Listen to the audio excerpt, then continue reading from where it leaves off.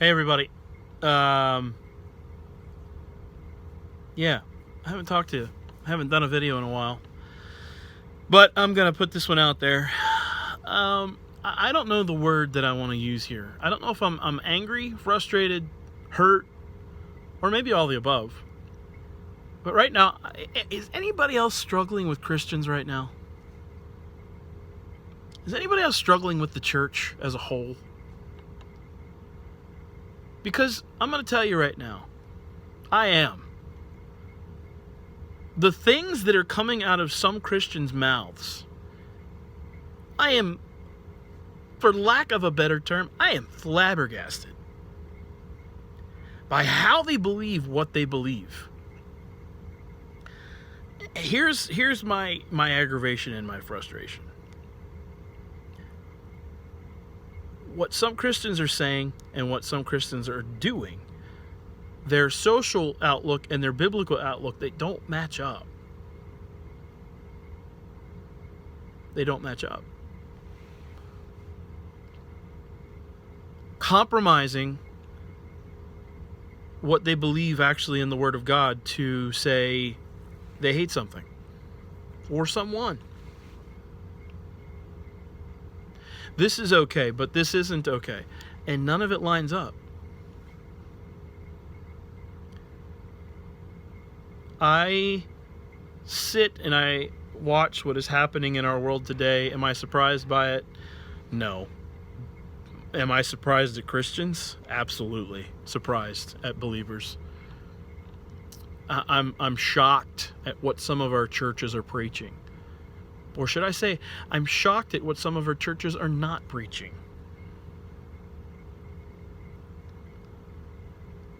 Being socially relevant is not necessarily a biblical worldview. And we can argue about that, and you can disagree with me, and that's fine. I grew up with a father that was my pastor and or my principal pretty much my whole life. 9 different Christian schools. I'm a typical preacher's kid of the 80s, I guess. My sister and brother can attest to this. We moved like every 3 years. There was a couple places that we stayed longer than usual, but on average, we moved about every 2 to 3 years. 9 different Christian schools. All 4 years of high school were in 4 different schools. But I grew up with a father that, if nothing else, we didn't agree on everything, but if he didn't teach me anything else, that was to go with my gut. My wife and I are watching NCIS. We're binge watching NCIS. We love NCIS. I have loved NCIS since the beginning of NCIS. I remember the first episode that it was on. It was on JAG. Was the first episode that was one of the last episodes of JAG that kicked off NCIS. Mark Harmon plays a character called Leroy Jethro Gibbs. Just goes by Gibbs on the show. But, excuse me. But he has rules for everything. And I think there's like 40 rules, I think. And there may be extra ones that are added on as the series goes on. He has a list of rules that he lives by. And one of the rules is always go with your gut. So here's where I'm at right now. If Christians and pastors are out there saying things that just don't feel right, they don't smell right, they don't look right, something ain't right. And I know. I'm 47, and I've been in and out of enough churches. We've been at one church now. This would have been our 7th year at this church. And I say would have been because we have not been going back since they've opened their doors. There's some things that we have struggled with, my wife and I, and we're not quite sure what that means. We're seeking the Lord. We are involved in, I'll call it a fellowship, if you will. Who knows if anything's going to come of it. But we're both involved.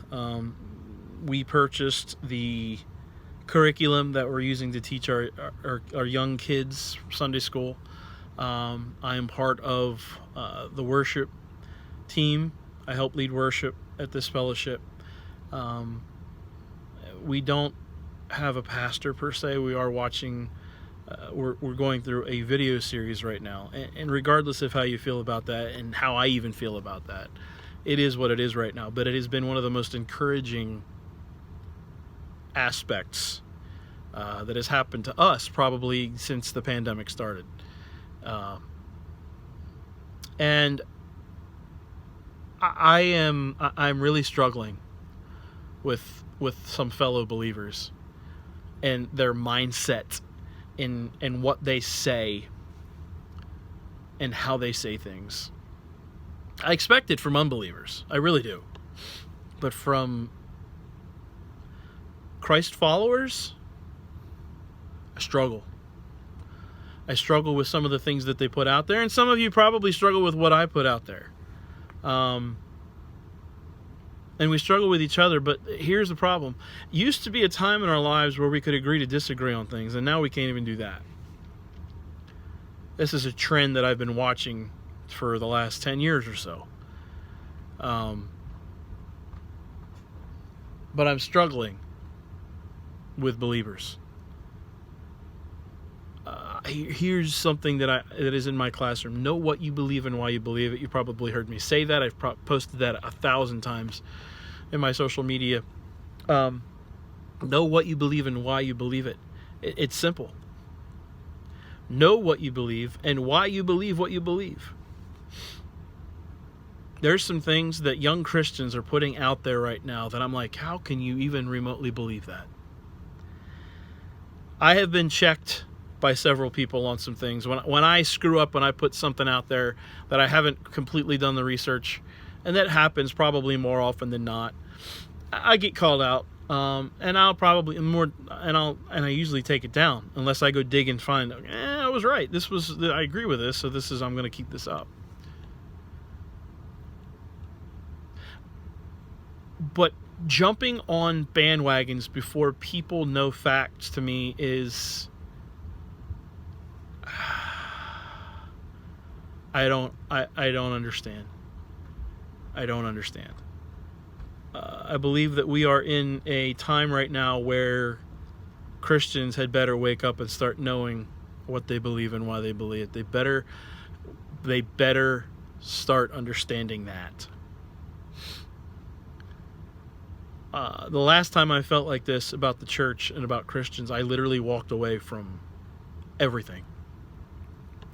I know I'm not going anywhere. I'm not leaving the church as a whole. I'm not leaving my wife or my kid. I'm not leaving those that know me. That's not what's happening here. What's happening here is just this deep dive into my own life of how I need to be thinking and how I need to be speaking more wisely. But I'm frustrated with Christians that struggle reaching out to other people. If we don't agree with someone, we don't reach out. The one cool thing about this time is that I have reached out to a couple of my former students and built a relationship that way. I have built a relationship with some people that I never expected to build a relationship with. And that's been pretty cool.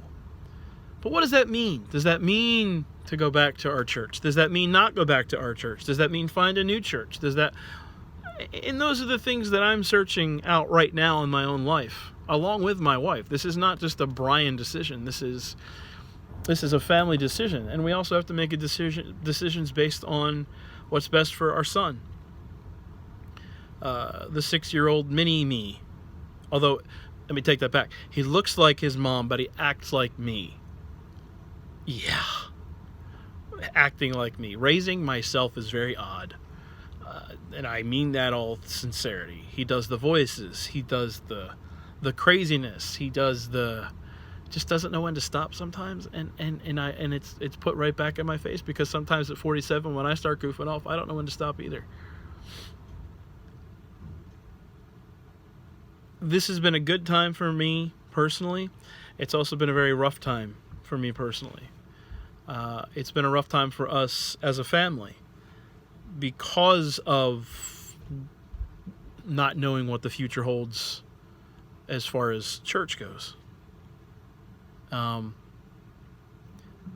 But I think I'm putting this out there more so because some of you may be struggling with the same things that I'm struggling, and I'd love to talk. I really would love to chat. Like I said, this has opened opportunities, and I've been talking to people, even just in Messenger, not face-to-face or on the phone even necessarily, but been messaging, texting back and forth with people that I haven't talked to in years. But realizing that having camaraderie with certain people, spiritually, politically even, emotionally, has been just a really cool thing for me. But you're not alone if you're struggling with the same things that I'm struggling with. But here's part of why I'm putting this out there. I'd love to hear from you. I really would. Whether you live 1,000 miles away or you live a mile away from me, I would love to hear from you. I would love to face-to-face chat, meet up, or face-to-face chat through this. I want to I need encouragement, but I want to encourage people. It's not all doom and gloom. It really isn't, and I'm tired of that too. And I think that's something else I'm struggling with, is that everyone around me, oh, this is the end of the world. Jesus is coming back. We better do this. And it is. I'm concerned about our country. I'm concerned about what is happening in our churches. Socialism sucks. Just putting that out there. I'm actually getting ready to buy a t-shirt from the Hodge twins that says socialism distancing. I want to hear from you, because you're not alone. You're not the only person fighting these battles. There are numerous people that are fighting battles that I'm fighting some political battles privately. Nothing major, but I'm trying to encourage some of our senators and our state representatives to vote for something here in Pennsylvania that needs to happen. I'm struggling with how Christian schools are handling some of this pandemic. I'm struggling with how churches are handling some of this pandemic. But